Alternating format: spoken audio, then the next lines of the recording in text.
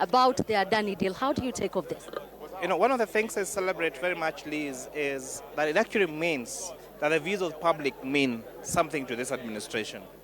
And it also means that we are also changing the way we engage with the members of the public. Because for a very long time, it has been the formal way. You're telling, if you have your views, send us letters, send us emails, come physically to the meetings. But now it's actually proving that those hashtags mean something to this administration. And therefore, I really celebrating this new way of government, engaging the public, getting the views of the public, not from the traditional ways that you knew, but from those expos, from those TikTok stories, from those Instagram posts, from those WhatsApp status, from those Telegram discussions, from those X-Space discussions, that the government is actually listening, not just listening. We'll wonder, why did we take this long before we acted? Yeah, maybe that's what we need to work on. That maybe perhaps next time we need to take Kenyans to a verge of where they are so angry. That's when we make the decision. Maybe next time we should make the decision earlier.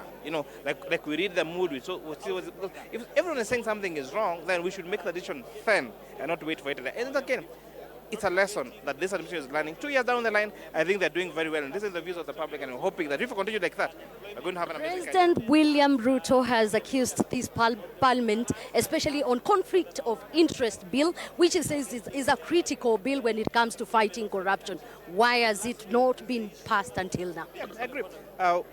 Most of us, especially in positions of influence, are the same people that do business with government. Because the reason why the conflict of interest bill has not been passed as fast as we expected it would, or as it should, like the other bills, is because it's targeting members of parliament. And usually people will be more or less inward looking. So they're looking, if I am a contractor, if I build roads, if I do these tenders, and I pass a law that's going to disadvantage me, of course, people are likely to to delay in making such decisions. But I am urging members of National Assembly, members of Senate, we are in very privileged positions.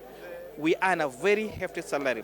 We do not need to do those tenders in government. Let us leave them for other people so that we do not have conflict of interest when you're oversighting the executive. The question of abductions and killing also arose during his speech today. But then, even as he addressed it, there is the question of over 60 people missing as it is today.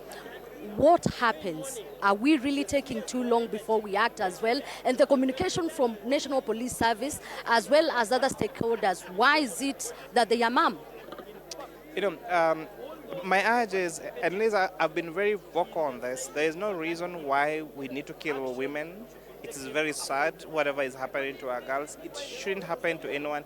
It especially should happen in 2024, and especially in such a democracy as ours. And it's a joint responsibility for all of us. Because unfortunately, you look, some of the perpetrators of this femicide, of this violence against women, are police officers themselves.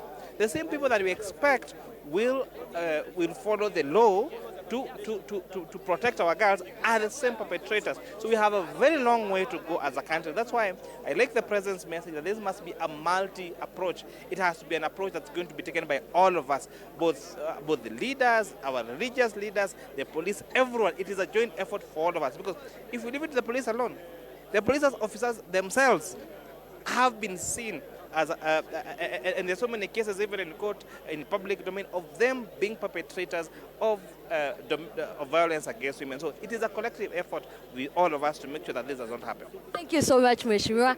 Again, I would like to hear from other members. Hi.